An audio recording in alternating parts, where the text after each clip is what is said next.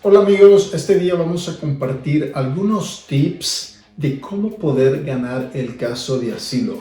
Recuerden que el caso de asilo es una de las cosas más estresantes y más difíciles que van a hacer en su vida. Por lo consiguiente, tienen que dedicarle mucho tiempo y aquí vamos con algunos tips.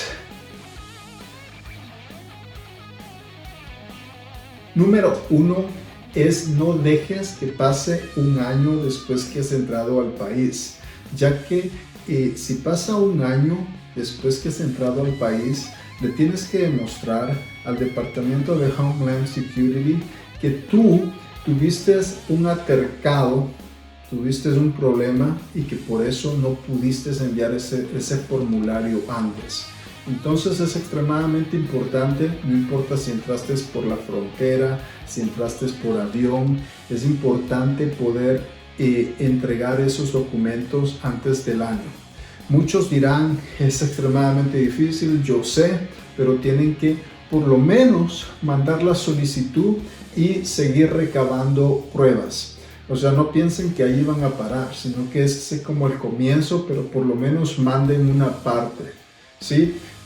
Tip número 2, encuentren un abogado que ya haya ganado casos de asilo, ya que muchas veces ese es uno de los problemas, que hay muchos abogados que pues están tomando casos y de repente no han ganado ningún caso de asilo. Recuerden que los casos de asilo son casos extremadamente difíciles de ganar, ya que solo el 10 o el 5% de los casos son ganados.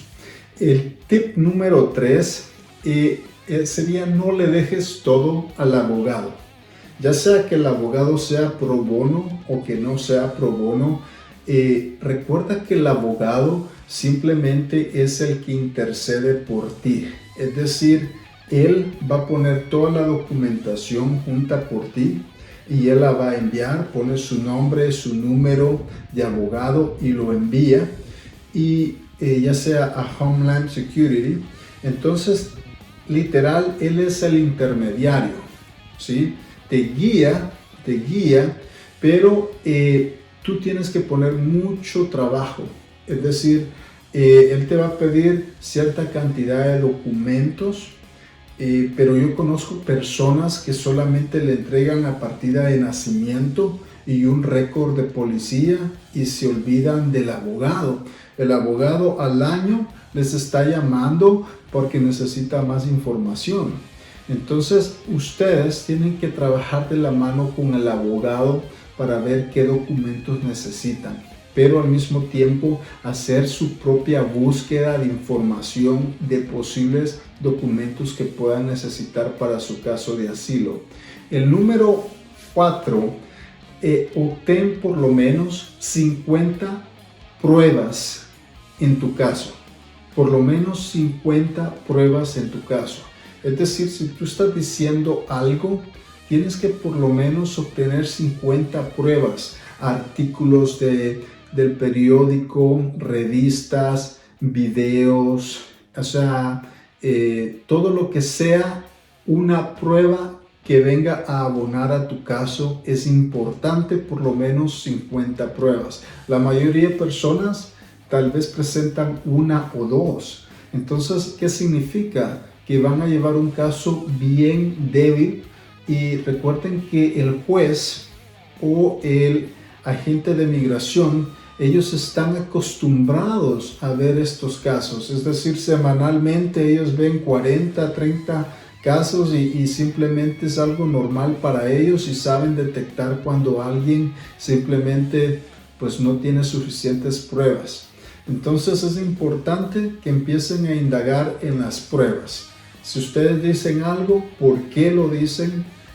Aquí está este documento que lo comprueba. ¿Ok? Siempre tiene que haber algún tipo de documento que compruebe lo que ustedes dicen, o algún tipo de carta de personas. Ese es el siguiente tip.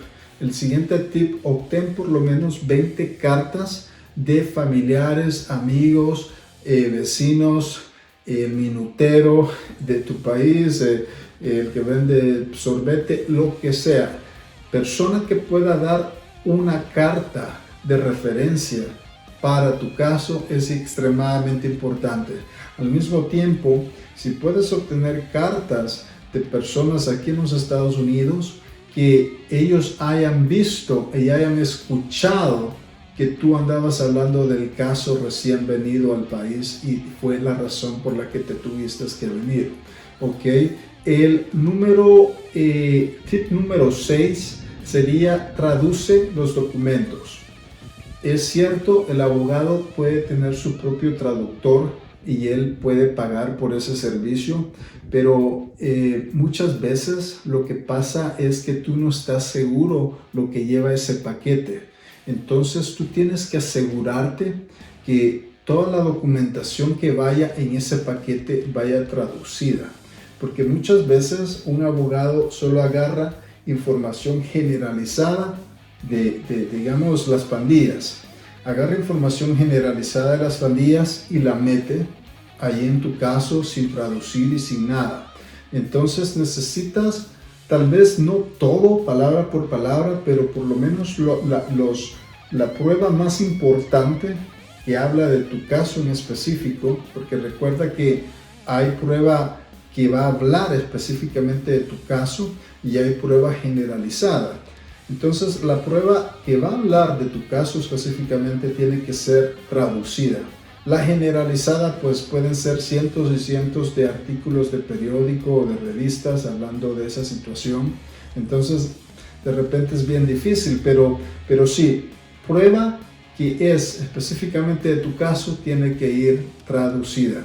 Y el número 7, y pudiera decir el más importante, es no te atengas al abogado, porque de repente el abogado puede tener toda la intención de ayudarte, pero de repente ellos toman cientos y cientos de casos, o sea, no solamente un caso. Si tú tuvieras los recursos para pagarle a ese abogado y él se enfocara solamente en tu caso, entonces habría gran probabilidad que ganes. Pero ¿qué pasa? El abogado toma cientos y cientos de casos, entonces se va a reunir contigo tal vez tres veces al año, 5 veces al año, ya cuando se acerca la entrevista o cuando viene la